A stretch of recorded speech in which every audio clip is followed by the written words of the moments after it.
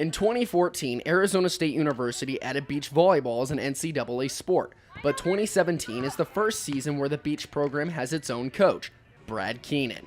Recruits are now being asked to pick one sport or the other after one coach had previously led both programs, and players could cross over. It's challenging to get tall girls to commit to just playing beach because they have a bigger chance of getting a scholarship for indoor. There's a lot of 5'6" to 5'8" girls that are like, I'm beach only now, and I'm like, well, I already have 15 5'7" girls, so I need to find someone who's 6'1", 6'2", that's, can block, and so I have my defenders, but now I need some blockers. We're in a Pac-12, so we're competing against the dogs, like the schools that are big dogs that have been around for a long time. So Stanford's, USC's, UCLA's, Washington, Oregon, schools that have already had, a lot of success recruiting. And so, being a new kid on the street, we're just trying to get out there and get the right kid in that's going to work hard, and then eventually we're going to get that kid in too.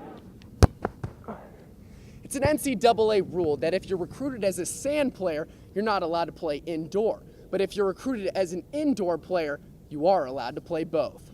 That was actually a really tough decision because I'd played indoor for so long, since I was about 11. So, as tough as it was, I really like the pressure being on me and one other person instead of 5 other girls. And I wasn't as interested because it wasn't an NCAA sport just yet, but it kind of just came as a blessing, kind of a bonus to those of us who switched over to beach in the end.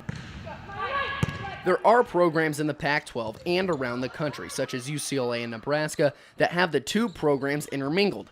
But because of the recent coaching turnover at ASU that saw Stevie Mussey depart after her first and only indoor season last fall, the Sun Devils decided to change from one coach to 2. And I think it was a great move by our administration because it allows a whole other sport to grow itself.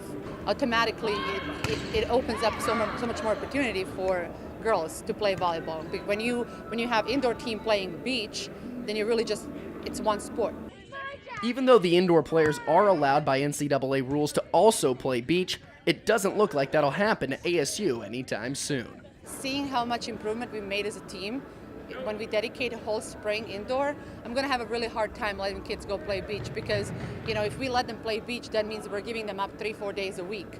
And that means that they're not getting better for indoor. I have one indoor player playing right now, so I think I have 20 beach-only kids next year, so we really don't even have room for indoor players to come out. KEENAN went on to say that beach is still a less popular sport for players compared to indoor, but that it's a growing sport in Arizona. In Phoenix, Troy Lynch, Cronkite News.